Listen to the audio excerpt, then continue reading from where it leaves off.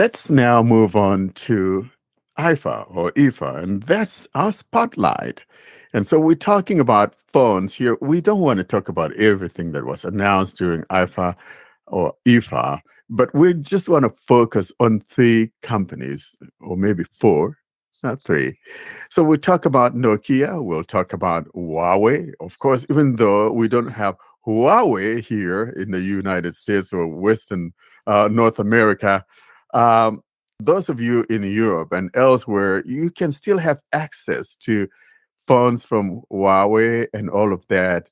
And, they make good phones, don't they?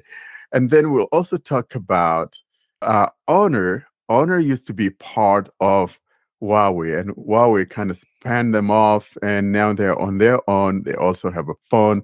And of course, we couldn't leave Samsung out of the mix. For those who don't know and are curious, like I was, IFA stands for International Funkausstellung. Thank you so much, Fee, because all those German words could be tough, but I'm glad we have somewhat a German girl in here, and she could help us out with those things. And so, yeah, so if you're not familiar, it's like CES, Consumer Electronic Show, that takes place here in Nevada every January. And so we got these things, and then we have WMC, which is the World Mobile Congress that takes place in Spain. Is it in Madrid, or was it in, I don't remember, one of those Spanish towns? But so that's what's going on. And by the way, this is the 74th event of IFA. So it's something that has been going on for a while now. And it's just a great stuff where people or companies showcase some of their new and upcoming things there. And so we're talking about that today. And so Nokia is in the spotlight. Like I said, we'll start with Nokia. And so they have two phones. They also have a tablet, but we're most concerned about the phones. We have the X30 and we have also the G60. Now, the only thing that I'm kind of really interested or wanting to know how Nokia came about doing this is the fact that they have a program called Circular. Basically, what that means is that so you're going to have this phone. You can buy this phone. It's like 500 euros or 500 pounds, a little over 500 if you're paying in euros. And then what happens is that you can have it for a little bit longer. That's the whole idea for Nokia, for you to have it for a little bit longer. And then when it's time to upgrade, you send it back to Nokia. So I'm kind of saying, Nokia, why don't we just call it rental? But then if you are an environmentalist and you like all that environment stuff, actually, I think they're doing something good in the sense that they'll plant a tree for you, or clean some stuff and things like that. So you are helping keep the earth clean, in other words, according to them. So if you don't mind having your device for a little bit longer, and then when it's time to upgrade, then you send it back to them and they could recycle that or give it to some other person or whatever. That's what it is. And so, but could we just call it a rental, guys? What are your thoughts? Longer than what? Longer You than said you normal. can have it a little bit longer. So Yeah, how long? they want you to hold it for a little bit longer, not like, hey, next year there's a new phone. I want to, jump on a new phone. No, they want you to hold it a little bit longer, maybe 2 years, 3 years. And then the good thing though is that Nokia, of all people, are now talking, hey, we're going to give you 3 years of OS support. Anyone kind of Well, I believe should that? blooming well think so if they're going to then take your phone off you after you paid for it. Flipping heck. So when you do that, when you send it back, do they give you another phone? Or is that it? You've just like had your phone and then sent it back, and then now you've got nothing left for your money. That sounds awful to me. The whole idea about this is that if you're going to go that route, you're not going to pay that money at once. You're just going to pay a little at a time, maybe like a monthly installment. You're Yeah, paying a it's little called a at a time. monthly phone contract. So we've been doing this for a long time already, and you get to keep the phone at the end or Yeah, trade but it in and get something back. So you get a new phone though. So if they're giving Or you you do three, get a new phone, do you? if they're giving you 3 years of OS support, so I think at the end of that 3 years, you could have something new if you wanted. The whole idea is they're trying to be, we want to be uh, saving the environment. It's like the Fairphone guys in the Netherlands, and Yeah, but they that don't kind of thing. expect you to send it back. They just let you fix different bits of it. I think Fairphone is a much better way of doing it than if they could just make their phones a bit better. That'd be amazing. I like the idea. This Nokia one sounds a bit of a gimmick to me. I suppose if you really can't afford an expensive phone, I maybe. mean, But too, then wouldn't you just get a phone contract like normal? right?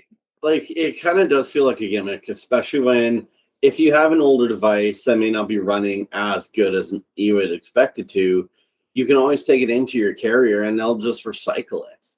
So, is there really benefit in paying for a device through, say, Nokia when if you're really wanting to, your phone can either be refurbed by your carrier or they recycle it. So are we really being that beneficial and environmentally friendly when we're adding to the environmental issues by mailing the device to and from the manufacturer? It Like, sort of reminds me of when Apple announced stuff that Android's been doing for ages and have a load of fanfare, like as if it's a really new idea. And you look at it and go, that's not a new idea. Didn't anyone say? Didn't anyone tell you? Like other people have been doing this for years. What are you talking about? Exactly. Talking about that, Samsung came out with an ad, dunking on Apple. Oh, no innovation, the same thing year in, year out. well, I mean, they're not wrong. Leave it to Samsung, man. But yeah, really. So this whole idea, though, but the thing that kind of um, interests me is the fact that Nokia, of all people, is now saying we're going to give you 3 years of OS updates. I think they're kind of onto something, aren't they? Well, I Can guess you my buy the question, phone? Can you buy the phone and keep it? Or do you have to do this weird system that you've just told us about I if don't you think want one that of they those will phones? I don't think that they're going to force people to do that. I don't think so. But if you don't want to buy it upfront and you just want to pay a little and help out, basically that's where they're coming from. Then you could do that, and then please don't update to another phone because I think in a sense though we kind of have plateaued with the phone innovation and all of that is year in year out the same sandwich glass, whatever and stuff like that. So I don't know. I'm not big on the whole thing, but I kind of see where they're coming from. It's the same thing year in year out, except that of course you have new processors. So, but I don't want to keep on holding to a 600 series, a Qualcomm chip, say for 3 years while the world moves on. So Nokia, I don't know. But The other thing people about might. it, well, we might, if but I just think it's probably most advantageous to Nokia because as far as they're concerned, they look good. Oh, look, we're doing something for the environment, and it's kind of greenwashing, and organisations everywhere are trying to do that now. Oh, look, we're into the environment all of a sudden because it's cool to be into the Well, environment rather than because you actually care.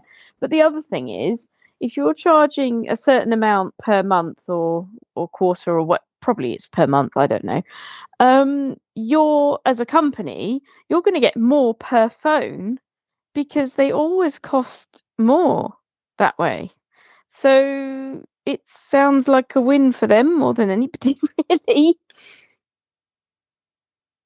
so what I was just going to say is that, well, they're trying a new marketing criteria in which they would want to probably attract people who care about environment, um, because they want to sell more, right? So I feel like some people are going to actually buy that, but personally, I don't think like Fee said, there are lots of companies who do like want to plant some trees, and it's their job, but it's not Nokia's job to do that. Where I can just pay, have a contract phone and just get the phone in, at last. But where I can just rent the phone and return it to them, that's just crazy. I don't know. I don't like it either. And like, too, looking at it, I'm going to go back to Warren's point about the 3 years of OS updates. All I've really seen coming out of Nokia are really, really far end budget level phones. And 3 years of updates on a phone that generally would only last me about a year to 2 years doesn't really seem logical. Like, if I want a phone to last me 3, 4, 5 years, I'm going to be looking more at the premium devices than at Nokia. Yeah, I agree with you, because when you get a flagship phone like a Samsung phone from like the S series or the Note series particularly, you know for a fact that it's going to last you those 5 years that are promised, updates wise. So I feel like Nokia doesn't fit into this category at all yet. I agree with you guys. Sorry, Cam, you go ahead. Like, I was just gonna say, like, it doesn't make sense why a budget level manufacturer is trying to make themselves look so, I guess you could say, flagship, when they really aren't. Like, if anything, I do see the 3 years of updates from Nokia as being probably a bigger gimmick than their circular program. And just for people who don't know, that's what Nokia are calling this thing. They're calling it the circular program.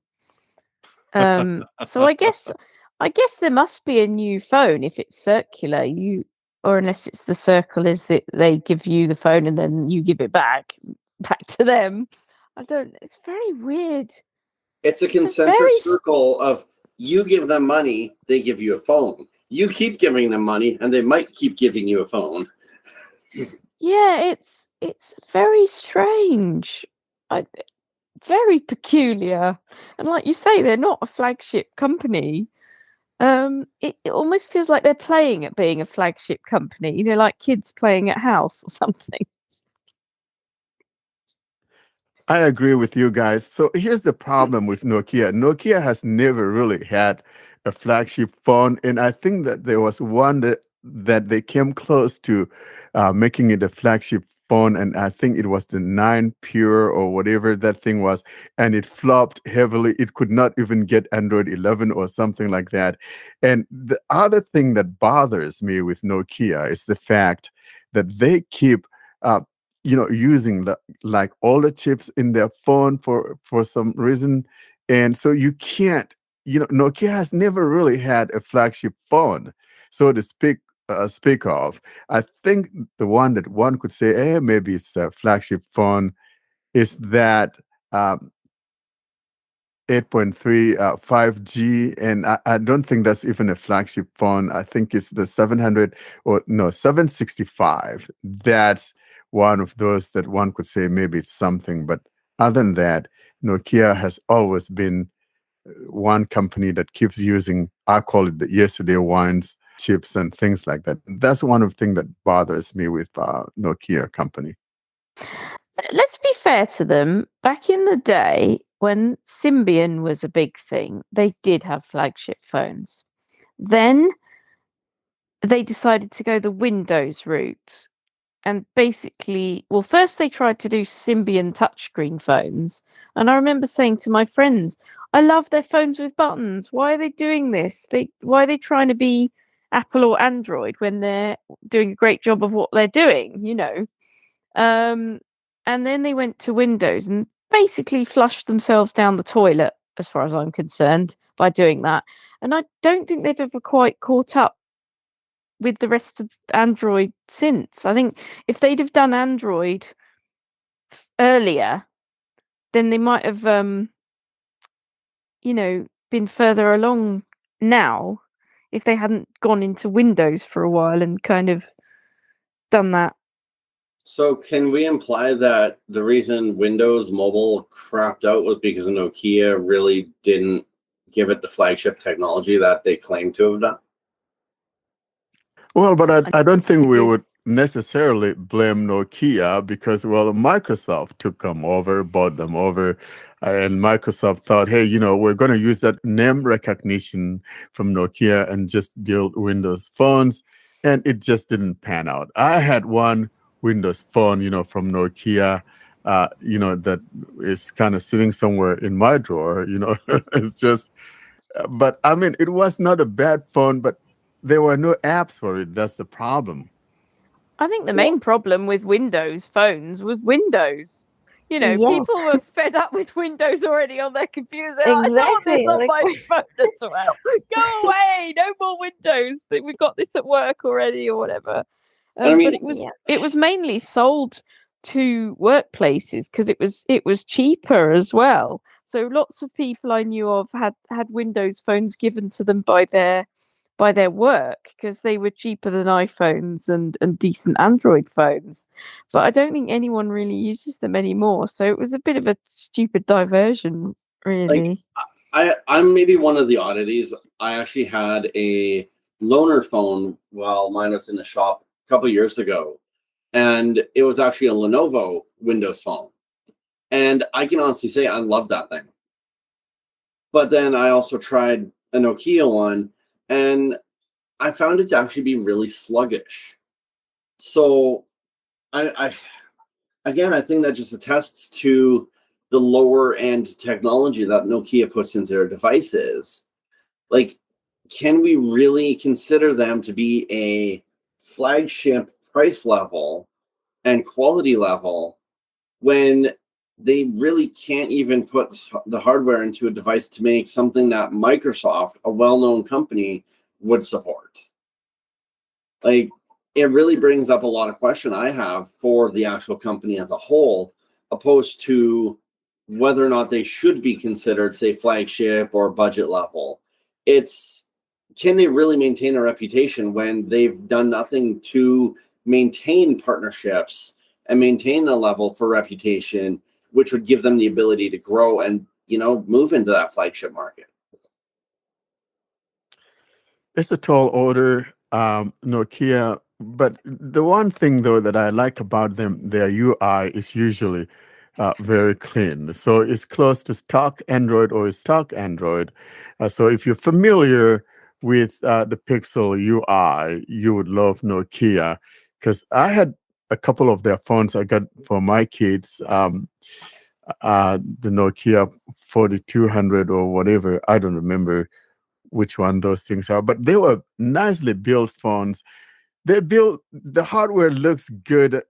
They built really good phones, but it's the chip that powers it that I'm usually a little bit concerned about because they tend to use older chips in their phones instead as to using what's out there.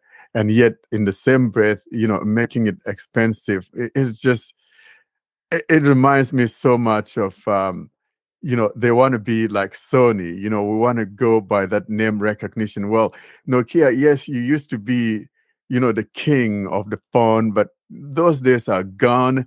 I don't think people live in the past. We live in what is going on. We live in reality, what is current. And I'm not going to buy your stuff because you were once upon a time the king on the hill. So that's my problem with Nokia. If you're going to want to keep that status of being the king, then give us the good stuff that you used to. yeah, and you mentioned a good point. You mentioned that the build is actually pretty close to a stock Android on a Pixel phone.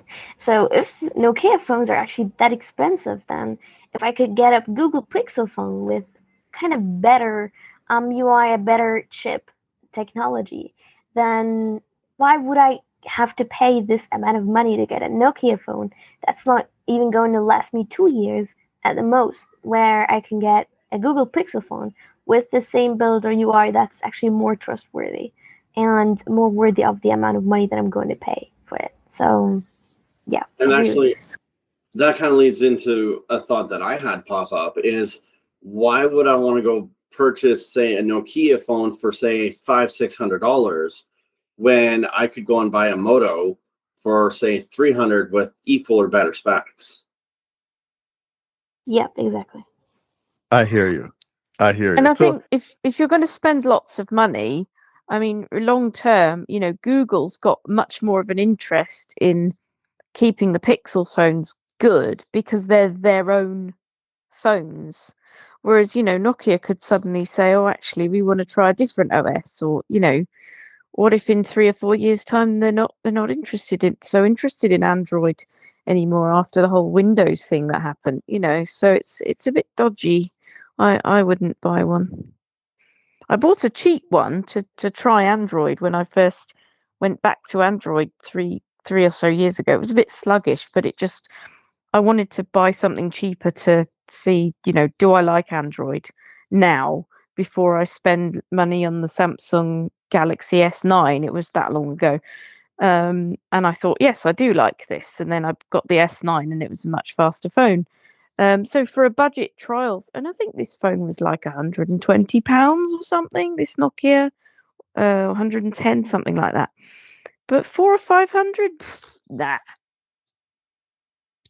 yeah, so most of the time, though, their phones usually, if you buy the lower ones like the C series, because Nokia also has a boatload of phones, and especially in the budget to below budget, they have some of the Go phones, I mean, Android Go phones as well. But the problem, like you guys have indicated, is the fact that they're kind of a little bit sluggish, and most especially if you are blind like we are and you rely on your screen reader, some of these phones may not really cut it because you're not going to have that oomph, that power to be able to have a nice experience with your screen reader. For a sighted person, maybe this is not a problem, but for those of us who are blind, I've always argued again and again that it makes sense for us to have a phone that's a little bit decent so that you can run your screen reader on there without problems, without it stuttering and things like that. So but like the kids Nokia phones that I got, I really like the 4200 phones. They look beautiful, and they have like double SD card, I mean SIM cards, and an SD card slot, so you have 3 slots on that SIM tray, and that's absolutely beautiful. But it kind of like stutters with the screen reader because of the processor. I think that thing was running, I don't think it was even a 480, maybe it was 200 series. So that's the problem with Nokia, and I've always complained about that. When it comes to Nokia, you've got such a nice hardware, by golly, give it a nice chip so that we'll have a rocket ship. Yeah, I mean, mine was definitely like a trial. Do I like Android before I get a contract with one? Because if I had hated it, I'd much rather have not spent 2 years worth of next contract, on a phone I didn't like. So it was very much a budget phone for a trial period type thing, for me. And I knew that, so I knew when the talk back was a bit slow. I was like, well, it's okay, and then I'll get a decent phone now because I like the way it works. Um, but I think the other thing I'd say about if you're blind. And it just didn't pan out. I had one Windows phone, from Nokia, that is kind of sitting somewhere in my drawer. It's just, but I mean, it was not a bad phone, but there were no apps for it. That's the problem. I think the main problem with Windows phones was Windows. Yeah, People were fed up with Windows already on their computers. I want this exactly. on Like, my phone as well. Go away! No more Windows. We've got this at work already, or whatever. And I But mean, yeah, it was mainly sold to workplaces because it was cheaper as well. So lots of people I knew of had Windows phones given to them by their work because they were cheaper than iPhones and decent Android phones. But I don't think anyone really uses them anymore. So it was a bit of a stupid diversion, like really. I'm maybe one of the oddities. I actually had a loaner phone while mine was in the shop a couple years ago, and it was actually a Lenovo Windows phone. And I can honestly say I love that thing. But then I also tried a Nokia one, and I found it to actually be really sluggish. So I again, I think that just attests to the lower end technology that Nokia puts into their devices. Like, can we really consider them to be a flagship price level and quality level when they really can't even put the hardware into a device to make something that Microsoft, a well-known company, would support? Like, it really brings up a lot of question I have for the actual company as a whole, opposed to whether or not they should be considered, say, flagship or budget level. It's, can they really maintain a reputation when they've done nothing to maintain partnerships and maintain a level for reputation, which would give them the ability to grow and, move into that flagship market? It's a tall order, Nokia. But the one thing, though, that I like about them, their UI is usually very clean. So it's close to stock Android or stock Android. So if you're familiar with the Pixel UI, you would love Nokia, because I had a couple of their phones I got for my kids. The Nokia 4200 or whatever, I don't remember which one those things are, but they were nicely built phones. They built, the hardware looks good.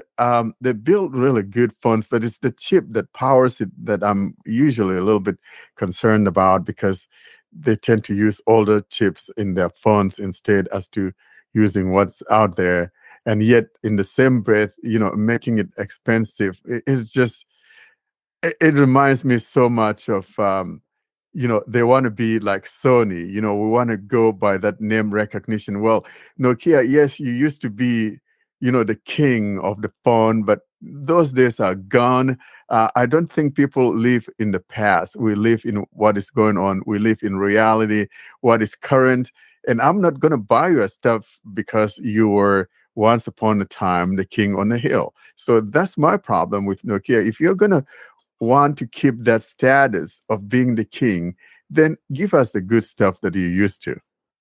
Yeah, and you mentioned a good point. You mentioned that the build is actually pretty close to a stock Android on a Pixel phone. So if Nokia phones are actually that expensive, then if I could get a Google Pixel phone with kind of better UI, a better chip technology, then why would I have to pay this amount of money to get a Nokia phone that's not even going to last me 2 years at the most, where I can get a Google Pixel phone with the same build or UI that's actually more trustworthy and more worthy of the amount of money that I'm going to pay for it. So, yeah. And actually, that kind of leads into a thought that I had pop up is, why would I want to go purchase, say, a Nokia phone for, say, $500-$600 when I could go and buy a Moto for, say, $300 with equal or better specs? Yep, exactly. I hear you. And I think if you're going to spend lots of money, I mean, long term, Google's got much more of an interest in keeping the Pixel phones good because they're their own phones. Whereas, Nokia could suddenly say, oh, actually, we want to try a different OS, or, what if in 3 or 4 years' time they're not interested in Android anymore after the whole Windows thing that happened, so it's a bit dodgy. I wouldn't buy one. I bought a cheap one to try Android when I first went back to Android three or so years ago. It was a bit sluggish, but I wanted to buy something cheaper to see, do I like Android now before I spend money on the Samsung Galaxy S9. It was that long ago. And I thought, yes, I do like this. And then I got the S9 and it was a much faster phone. So for a budget trial, and I think this phone was like £120 or something, this Nokia, 110, something like that. But 400 or 500, nah. Yeah, so most of the time, though, their phones usually, if you buy the lower ones like the C series, because Nokia also has a boatload of phones, and especially in the budget to below budget, they have some of the Go phones, I mean, Android Go phones as well. But the problem, like you guys have indicated, is the fact that they're kind of a little bit sluggish. And most especially if you are blind like we are and you rely on your screen reader, some of these phones may not really cut it because you're not going to have that oomph, that power to be able to have a nice experience with your screen reader. For a sighted person, maybe this is not a problem, but for those of us who are blind, I've always argued again and again that it makes sense for us to have a phone that's a little bit decent so that you can run your screen reader on there without problems, without it stuttering and things like that. So but like the kids Nokia phones that I got, I really like the 4200 phones. They look beautiful, and they have like double SD card, I mean SIM cards, and an SD card slot. So you have 3 slots on that SIM tray, and that's absolutely beautiful. But it kind of like stutters with the screen reader because of the processor. I think that thing was running, I don't think it was even a 480, maybe it was 200 series. So that's the problem with Nokia, and I've always complained about that when it comes to Nokia. You've got such a nice hardware, by golly, give it a nice chip so that we'll have a rocket ship. Yeah, I mean, mine was definitely like a trial. Do I like Android before I get a contract with one? Because if I had hated it, I'd much rather have not spent 2 years worth of next contract, on a phone I didn't like. So it was very much a budget phone for a trial period type thing, for me. And I knew that, so I knew when the talk back was a bit slow, I was like, well, it's okay, and then I'll get a decent phone now because I like the way it works. Let's leave Nokia behind now, and let's move on to Huawei. So Huawei, as we said earlier on, it's something though that kind of, they make good phones. However, they got into that big trouble, and it's still going on. But if you live in Europe or elsewhere, you may have a Huawei phone. But nowadays, though, they don't have Google services anymore, and they're not allowed to even run some of the latest Qualcomm chips. Now they have access. They can use like the 700 series and older 888 or 865 chips. So like the two that they just showed off at IFA, I think the Nova 10 series, the Nova 10 and Nova Pro, those phones that Huawei came out with. So if you're in those areas and you don't mind the Harmony OS, meaning you're not going to have Google services, of course, people have found ways of hacking it to put Google Play services and things like that on there. But for the average Joe, you probably are not going to be able to make that happen. So, what are you guys' thoughts? I see people should stay clear of Huawei if you can, but if it is something that you really want and you think you're going to learn the Harmony OS and all of that, and just maybe find apps from other third-party stores, you can install some other third-party stores like F-Droid.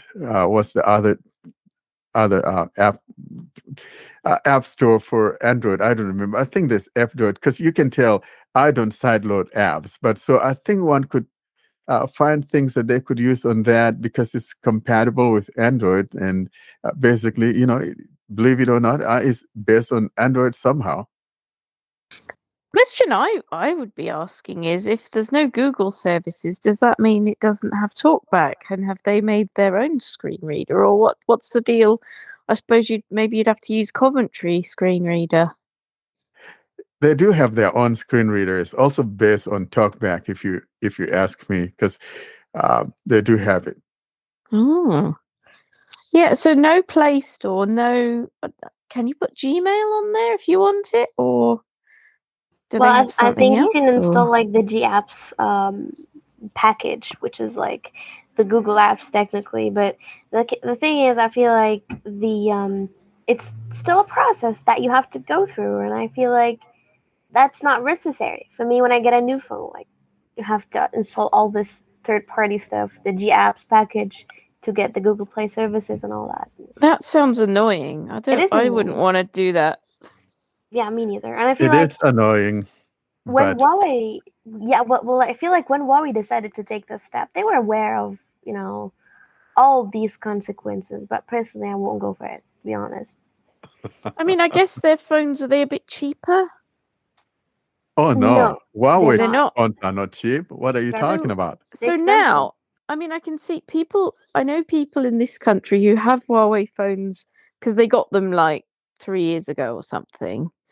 I don't think I know anyone who's bought one recently. Now, this is just people I know. It's not a scientific survey.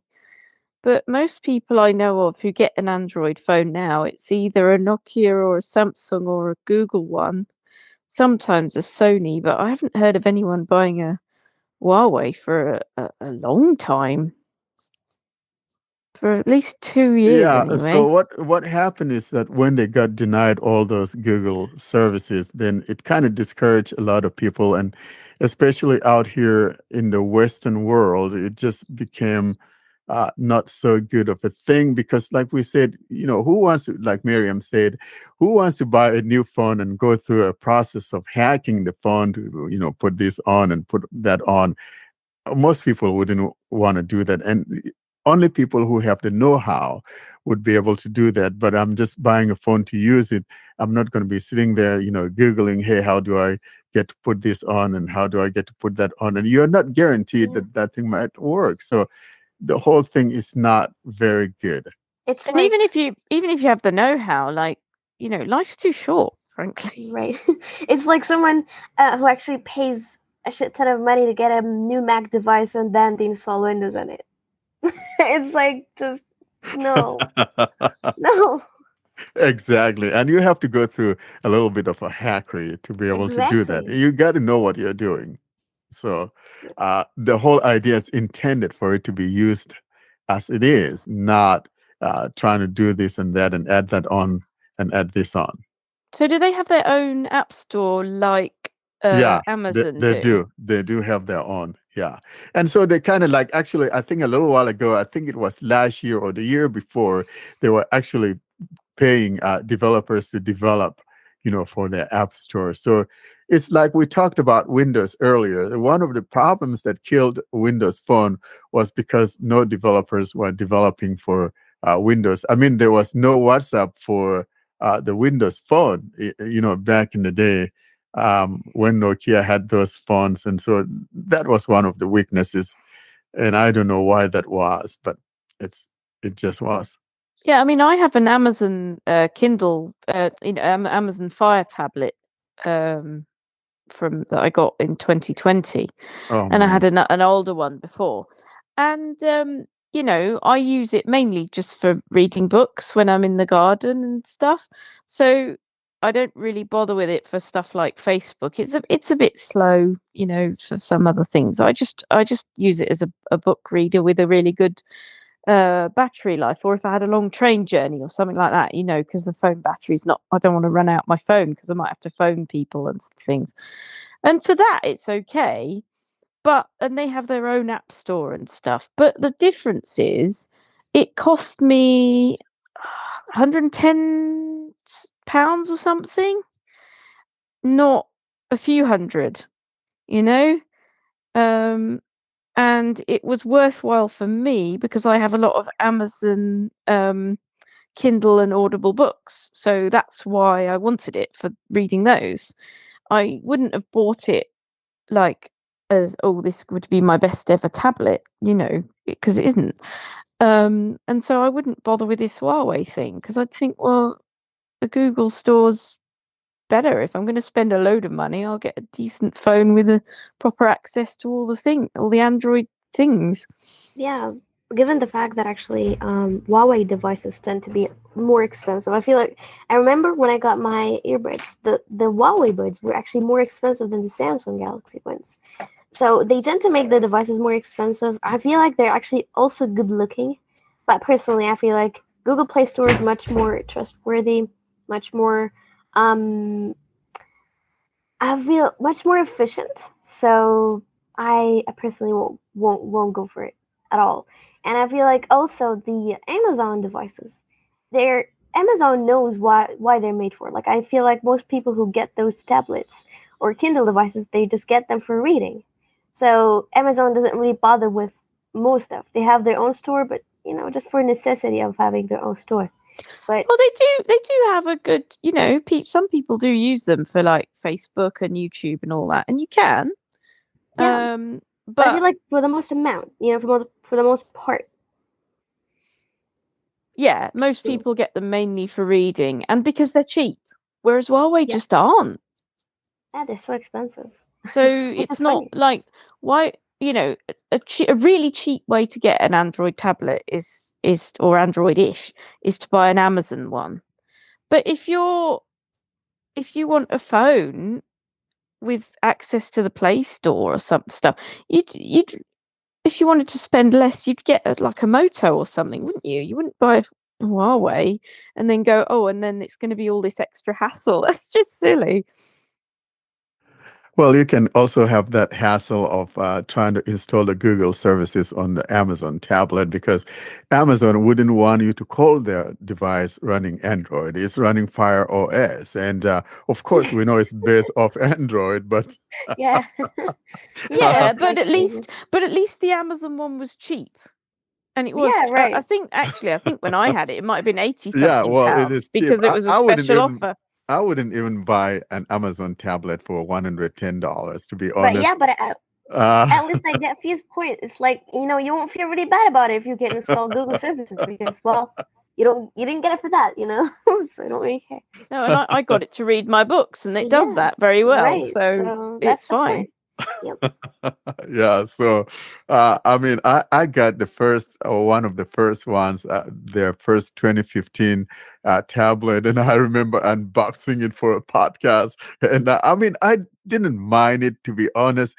So I see the Amazon tablets mainly as having it's like a portal to Amazon. So if you're into Amazon, you won't regret those tablets because they're relatively cheap. And they do the job well. And if you like reading books, whether they're Audible books or just Kindle books, and you want that nice continuous read, something that's not been happening on Android, having that Amazon tablet would do the trick. Yeah, and the Ivona voices to add to that. And it's fantastic for long journeys because it's got a really good battery life. Yeah. So that's or when I've been staying with my parents and things like that, and they're really, and they've got the voice assistant now, the A lady, I'll call it, in case I set off anyone's voice assistants by saying the word. They're really good at what they do, which isn't what most of us listening to this podcast want. But again, they're cheap. Huawei are not cheap. And I think that's why a lot of people will probably go, do you know what? It's too much hassle and you want loads of my money. And they'll just go, no, like I am really. Yeah, but Huawei built nice quality devices. The hardware is top notch. So but it doesn't matter if it looks good. Yeah. If it doesn't do the things you need it to do without a big load of hassle, who's going to bother with that? I'm not. Yeah.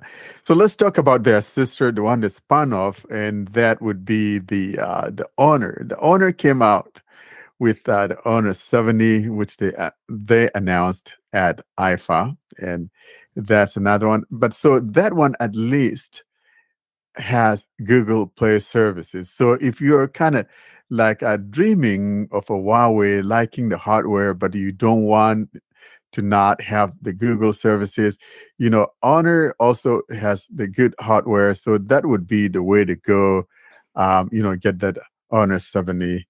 Not much about it is released yet, but you could just, check that out because they are close to Huawei. But how do you spell that brand name? It's like I honor you. Honor, like yeah. HONOUR. No. Just OR, so it's spelled the American way. Yeah. Okay. It's just if anyone wants to Google it, then we can all know how do we spell correct. it. I don't think they spell it with the British way; they spell it the American way.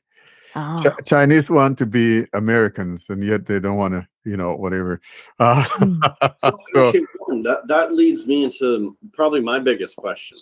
For those of us in North America, do you think that we'll be able to obtain the Honor phones? On Amazon, you could. Their devices don't come here. Well, actually, you know what? I got an Honor phone for my daughter, and it was a beautiful phone. I mean, well-built phone. I think that was the Honor 7 or whatever. I don't remember. Back in the day when they were still with Huawei. And like I said, it's a well-built phone. I really liked it. It was good, but I don't think I don't see me using Honor. It's just the UI. I don't like their software, just like Huawei and Xiaomi. I don't like their UIs. I just don't. Don't they have different mobile phone frequencies though in the States compared to Europe and some other countries? So if they weren't designed for the US, then maybe isn't it right that they might not work there because you've got different what are they called? Radios, yeah. But sometimes these things, like I said, I got one for my daughter Hmm. some years ago, and it works. She was Oh, back actually using then, it on yeah, T-Mobile. but now that America's fallen out with Huawei, Yeah, but it might no, not. I just wondered if it might Huawei not was be. even before the fallout. The Huawei Mm. phones were never in the U.S. They Oh, were really? supposed no, they weren't. They had never been Huawei phones here. So that year when they were going to come here, and the guy was excited about it. He came to CES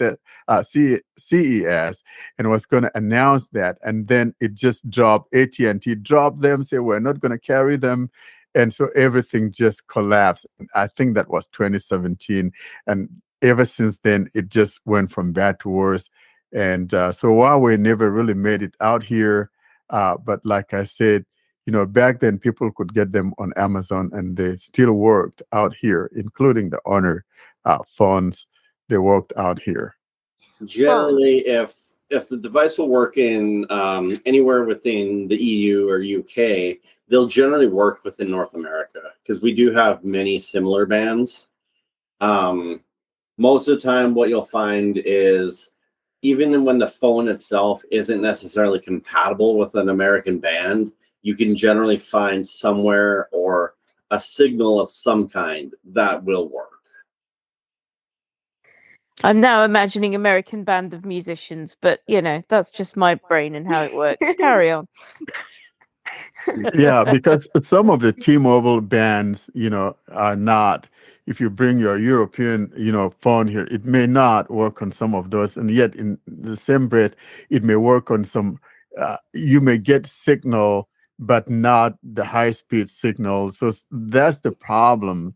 So, and with all the 3G networks getting shut down, you know, you may be, stranded. So I got a ZTE for my kids, and I really liked the phone. And guess what? It would not work. We couldn't see any networks at all. I had to return those things back to Amazon, and that's when I got those Nokia 4200, and those work just fine. Well, so the thing that I'm kind of worried about though is the fact that before it was like Huawei and Honor, but now it's Honor on its own. So is it going to be the same quality? We have no idea. No, like I said, they got good quality. Their hardware is good. They have good quality hardware. So if one really wants to, if you're kind of dreaming for Huawei, you like Huawei hardware, then probably uh, look into Honor. Yeah, because it's probably going to look the same as Huawei, pretty much, but with like Yeah, Google services on top. exactly.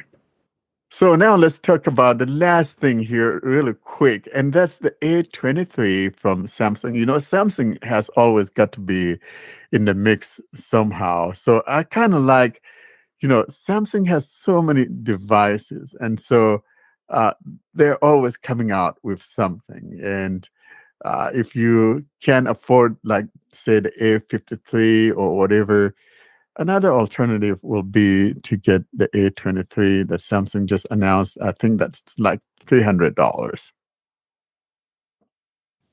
So I'd love to know how they're numbering these things. Like, what do the numbers signify? If it's 50 something, is it supposed to be a better phone than a 20 something, or it's really strange how they're numbering these Yeah, things. they usually if you compare the feature and the specs, the A50 is actually better than the A20, where the A70 is actually better than the A50. So this is how they number them. Pretty much same with the M series, the M51, the M52 was much better. So that's how they do it. It's a mystery with Samsung. They have so many of the A series. Sometimes it leaves one dizzy. And believe it or not, the best selling A series phone was the A12. Do you Oh think my- they'll go to B series eventually, and do you think they'll get to the B52s? I don't think so. I would love to I see would that. love a B52. Cam, both you and I want a B52, And then man. you could have all that band's music for the ringtones. Oh my god. Oh no, I was totally going the route of the fighter jet, but That's that what I was thinking of. I wasn't thinking of no music. I'm thinking of flying that huge thing and bombing around. Yeah, imagine that an aeroplane on Android running on Android. meow. That's a good thing. I think Samsung should have a B52. That Yeah. was a band though. I'm right, aren't I? I didn't dream that. There is a band called the B52s that did Love Shack and things like that. Yeah, That's so what they were called, wasn't it? they took after the B-52 fighter or bomber You see, rather. I never knew that. I only knew about the music, but that just shows you where my life interests lie, doesn't it? And of course, Cam and I were thinking about the bomber, the B-52. Hey, if it means explosions and fire, I'm all in. Exactly. As long I as the don't phone want doesn't my explode. phone to explode. Samsung already had exploding phones. I don't want one of Oh those. right, yeah. Can you They should imagine? really go and rename that series. Like the S7 should have been called the Exploder. I feel No. like The the Note note, 7. was it the note? That was The a Note Note 7. Yeah. 7. Oh, you're right. They should have just called that one the Exploder. That should have been the agree. B-52. Yes.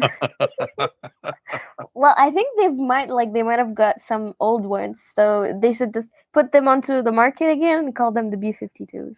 That would work. Thank you. But then those could get into the wrong hands, and Well, Samsung's going to be linked to a terror I think organization. people are going to be smarter about it. When they get it, they would know. They should Yeah. know. So that would be it about these phones.